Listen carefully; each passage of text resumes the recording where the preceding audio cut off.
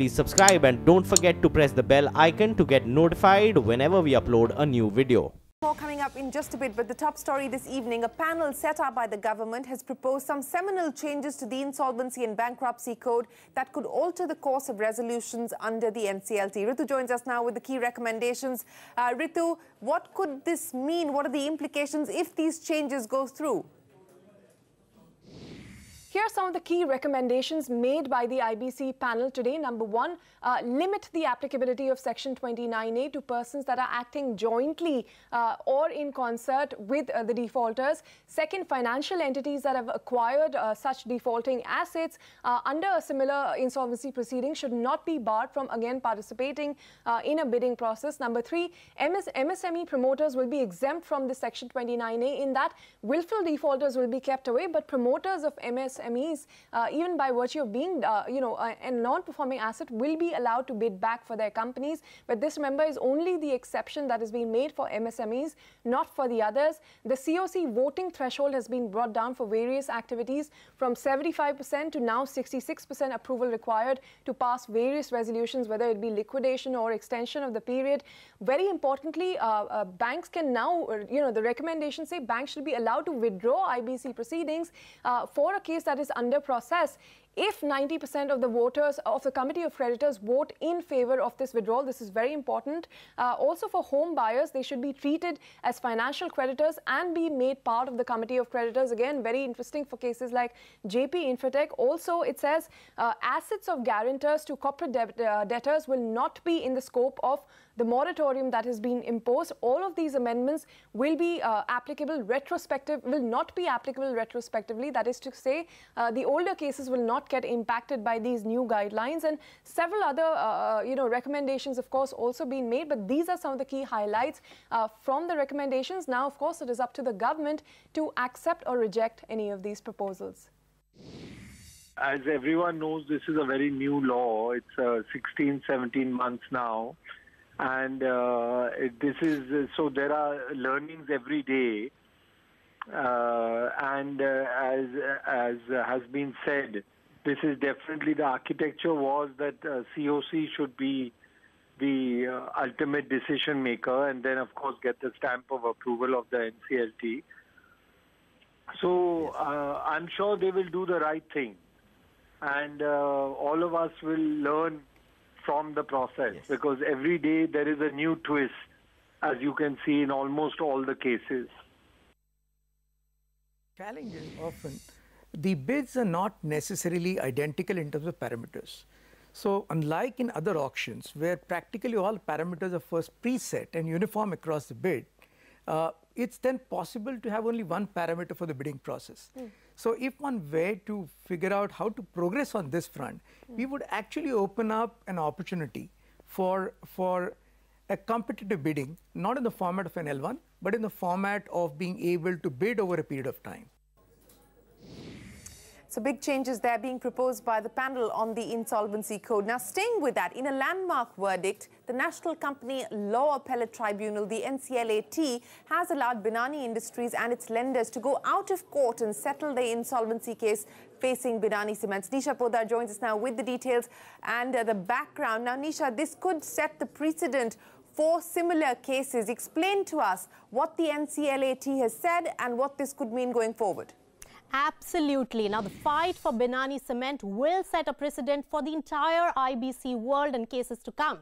Now, today, the NCLAT has allowed Binani Industries, the parent company of Binani Cement, to go for an out-of-court settlement if the COC really approves of it. NCLT order on 2nd of April also allowed the same, so the matter can now be resolved outside of the IBC if the lenders really approve of it. 9th of April is the D-Day for this particular case to be resolved. But now, thinking about the entire case, let's first take you through the background and how has it come to such an interesting juncture at this point. So looking at the background, what transpired that it has indeed become one of the first corporate wars in the IBC process? Well, warring camps here are Dalmia Bharat, Birla's flagship company Ultratech, and parent Binani Industries. Now, matter reached its crescendo when the RP and the COC declared Dalmia Bharat the winner for Binani Cement at 6,000 700 crore rupees. Binani Industries, Ultratech and some of the aggrieved lenders really challenged this particular decision. In an unprecedented move, Birlas raised the bid by 700 crore rupees to 7,266 crores for the very same asset. Now, Binani Industries moved the court to take it out of the IBC process, and Ultratech soon after backed it by giving it a letter of comfort to pay off the lenders if the matter is outside of IBC. Now the lenders have to take the final decision, and NCLT will have to give its verdict on 9th of April, and this surely will set a precedent for the rest of the IBC cases. The logic behind is the preamble of IBC mentions maximizing value of all stakeholders is key. We felt the value offered by Dalmia was not maximizing value of all stakeholders. This is a case where an auction, where a competing bid was done. A competitor has succeeded. The competitor has entered into a contract in the form of a letter of intent, has paid a performance guarantee, and the resolution plan is approved by 99% or more of the financial creditors. And that application is pending before the National Company Law Tribunal. Now, in a settlement procedure, you can't have a displacement of a person who is already successful. A settlement can be between a creditor and a company like Binani. Well, reactions there coming into the Binani Ultratech battle for the battle for Binani Cements between Dalmia and Ultratech Cement. Is this headed out of court? Now, new developments in the alleged nexus between ICICI Bank CEO Chanda Kochar's family and Videocon Group's Venugopal Dhut. The tax department, we learn, has initiated a probe into the alleged irregularities in the loans given by the bank to Videocon Group. Timsy joins us now with the details. Timsy, I understand that a notice has been sent to New Power Renewables, the company that was set up by Deepak Kochar. What does the income tax notice say?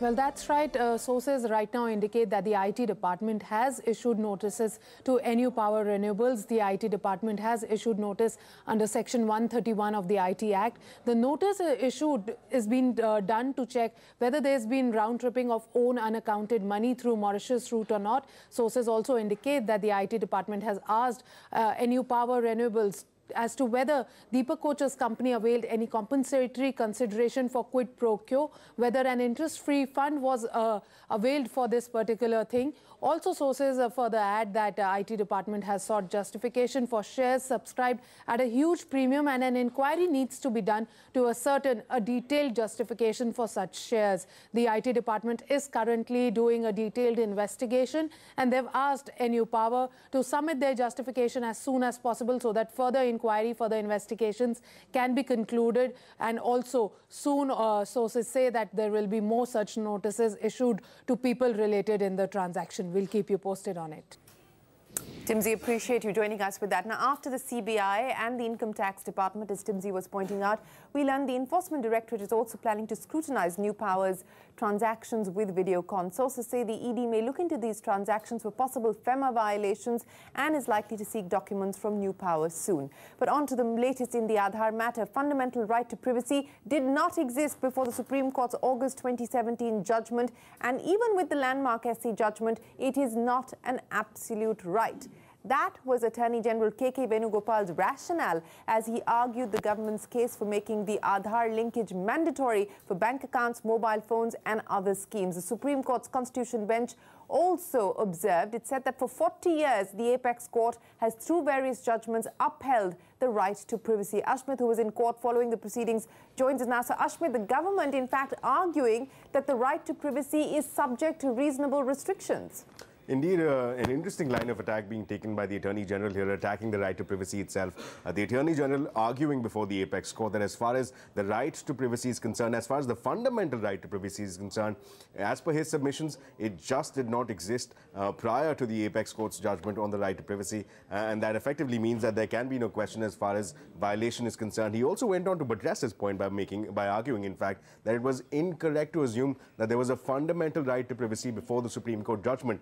Now, Now, for the benefit of our viewers, the 9-judge bench of the Apex Court in August of 2017 had delivered that landmark judgment wherein right to privacy was granted a fundamental right status. Now, what's interesting is the comments that came from the 5-judge bench. As many as 3 judges, including the Chief Justice of India, said that they disagreed with the Attorney General, that over the last 40 years there has been a body of work, a number of judgments which explain in as many words that there does indeed exist a right to privacy. Now, this of course is a debate that we will see play out tomorrow as well when the arguments resume. But moreover, we also had the Attorney General argue that as far as right to privacy is concerned, it by no means is an absolute right. It is subject to reasonable restrictions. And he also made the case with the help of the example of RTI, saying that this is a case where the right to privacy, in fact, plays second fiddle to larger public interests. We will, again, continue to see this debate play out tomorrow when the hearing resumes. Back to you. Thanks very much, Ashmit. It's also important to note that the Attorney General did tell the court that the Justice Sri Krishna committee that was set up to look at a law for data privacy and data protection will submit its recommendations by the 15th of May, also pointing out that perhaps the Aadhaar Act will require tweaking. Now, the big national headline of the day, the Supreme Court has declined to stay its judgment on the SC/ST Atrocities Act. The centre had yesterday filed a petition in the Supreme Court seeking a review of the top court's earlier order that would ensure that there would be no automatic arrest on any complaint filed under the SC/ST Act. The Apex Court observed that it is only interested in protecting the rights of innocent people and is not against the Act itself. Questioning the government, the court also asked why it wanted innocent people to be arrested. It also said that vested interests may be involved in the protest and those agitating on the street may not have even read the judgment. Remember, this comes a day after 9 people lost their lives in violent protests across the nation. The court will next hear this matter in 10 days. Supreme court को भारत सरकार को औपचारिक party बनाना चाहिए था। अपने दलित बंधुओं को कहना चाहता हूं और अपने आदिवासी बंधुओं को, आपके आरक्षण पर कोई सीमा नहीं लगेगी। घटनाओं में मृत लोगों के परिजनों के प्रति संवेदना व्यक्त करना चाहता हूं। हमारी सरकार ने SC/ST prevention of atrocities act कोई भी डाइल्यूशन नहीं किया है।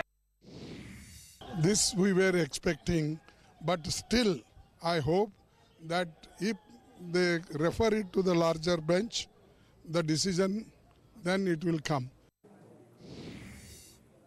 Well, time for us to head into another break, but coming up right after that, 2 months after the budget announcement on minimum support price being tweaked, the government is gearing up to take a cabinet approval to implement the new MSP regime. More exclusive details when we return.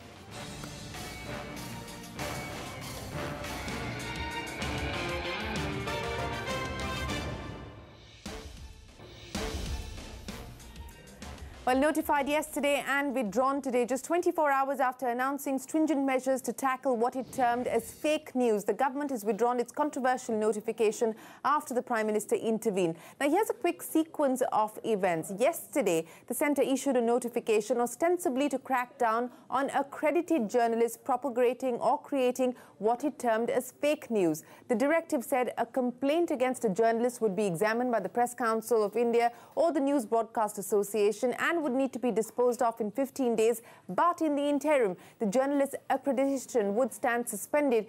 Now, faced with severe criticism, the government has now said the matter should be addressed by the Press Council of India. Now, the Press Council of India is a body that governs print media, is partly funded by the government. The Broadcasters Association is a body that governs TV media and is funded by members, which are television channels like the one that you're watching. Now, what goes ungoverned or unregulated are digital media and social media houses. Here's the Information and Broadcasting Minister Smriti Irani speaking on the need to regulate online media at Network 18's Rising India Summit a few days back. One can say that agencies that want to be a part of news and factually want to give, let's say, not only because news today is also very invested with views. It is not devoid of views. And that is the very fine line that certain journalists or media personalities tend to cross.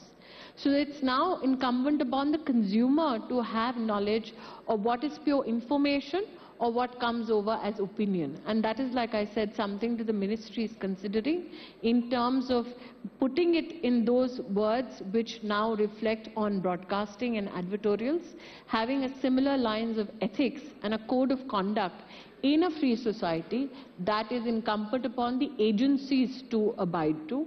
And then we have, for instance, if it's newspapers, we have the Press Council of India, distant from government, but still self-regulatory enough to awaken its own conscience and take a decision that will bar such processes. Similarly, in television news, you have the News Broadcasters Association. I'm hopeful that such a similar body will also emerge for the social media, at least the news, opinion and entertainment content. So is there a case for online publications to be governed? Also, how does one battle the scourge of fake news distributed via social media? We pose those questions to Govindra Ethiraj of Boom Live, Prateek Sinha of Alt News, Pankaj Pachori of Go News, and Syed Zafar Islam of the BJP. That's coming up for you at 9 p.m. later tonight. Now, the government is considering doling out more SOPs to domestic companies in order to encourage them to make in India. We learned that the DIPP and the Niti Aayog are considering making changes to the public procurement order. Remember, last year, the DIPP came out with this order after the cabinet cleared a policy to promote domestic content in the government and PSU purchases. Rituparna Bhuyan joins us now. So, Ritu, more norms being put in place to ensure that domestic companies source from domestic companies. Absolutely. You know, the analysis that was done by Niti Aayog had shown that that PSUs and several government departments were actually circumventing the norms and were giving preference to imported products and foreign companies in their tenders and contracts. The Niti Aayog wants to stop that, and it has suggested that there should be no conditions like, let's say, minimum net worth or a certain amount of experience in giving out a service or manufacturing a product. Such conditions should not be applicable to companies based in India. It has also suggested that there should be a price preference given to India-based companies in government tenders and PSU tenders and contracts. And last but not the least, the Niti Aayog is going to actually meet the procurement heads of several government organizations and PSUs to press upon this point that Indian companies need to be given preference as far as government contracts are concerned. At the same time, DIPP is also not behind in this. It has internally discussed giving price preference to Indian companies in government contracts. And last but not the least, DIPP is also planning to have a dashboard through which it can actually monitor which government contract is going to what government what company, and if that company is an Indian company. We'll have to basically now wait and see if the government is able to have more stricter norms that gives preference to Indian companies as far as government contracts are concerned. All right, so this is a renewed push for domestic companies to source from domestic companies for government contracts. What's interesting, as Ritu was pointing out, that now they're talking about price preference, which was not the case earlier. Now, 2 months after the budget announcement of a committee to ensure a minimum support price for crops to help farmers in their quest to double their income, we learned from sources that the Rajnath Singh-led group of ministers met today and is gearing up to get a cabinet nod to implement a new MSP regime. Ashpreet joins us now with the details. Ashpreet, what are you picking up? What are the key recommendations made by the Rajnath Singh panel? Yes, absolutely. It's shaping up now. In fact, what we pick up from sources is that the Rajnath-led group of ministers had met today to finalize as to how will the MSP regime be implemented. Now, remember, the big ticket announcement that was done during the budget was that 1.5 times the cost of production of crops is what farmers will get as far as the new MSP regime is concerned. Now, what we pick up from sources is that Niti Aayog had proposed 3 ways in which the MSP regime can kick in. However, the GOM has gone ahead and cleared about 2 proposals. The first one, of course, being that as far as market assessment is concerned, that's the kind of money that will be given if states suffer any losses. Centre will be compensating. The second formula, of course, being that as far as procuring of grains is concerned, that will continue as far as states are concerned. But of course, the centre will directly go ahead and compensate farmers if they are forced to pay, sell their crops at distressed prices. So we'll have to wait and see what will the states opt for, because that is the kind of formula that has come in. Cabinet nod will be sought for this MSP regime soon. All right, Ashpreet, appreciate you joining us with that. Now on to action on Wall Street, where the Amazon stock is on a roller coaster ride. Thanks to President Donald Trump. Trump has regularly attacked the company and its promoter Jeff Bezos who also owns the Washington Post. In a tweet put out just minutes ago, President Trump has tweeted, and I quote, "I am right about Amazon costing the United States Post Office massive amounts of money for being their delivery boy." Trump went on to say, and I quote again, "Amazon should pay these costs plus and not have them borne by the American taxpayer. Many billions of dollars. Leaders don't have a clue, or do they?" End of tweet. The Amazon stock immediately lost over 50 points, taking the Nasdaq lower, but it has recovered since, and so is the Nasdaq, which is now trading absolutely flat. That's the US market action, but on to action on the Lal Street. Weak global cues did dampen sentiment when the markets opened for trade, but finally ended with gains. The Nifty opening lower, traded in a range, broke out in the last hour, ended with gains of about 0.3%. The Sensex rallied more than 100 points at close. The broader markets outperforming today, with the mid-caps and the bank stocks rallying more than 0.7%. Well, that was the market action. Stay tuned to Markets Today Talk Back. We take you through what you should expect the markets to do tomorrow. We'll see you again in 30 minutes on India Business Hour.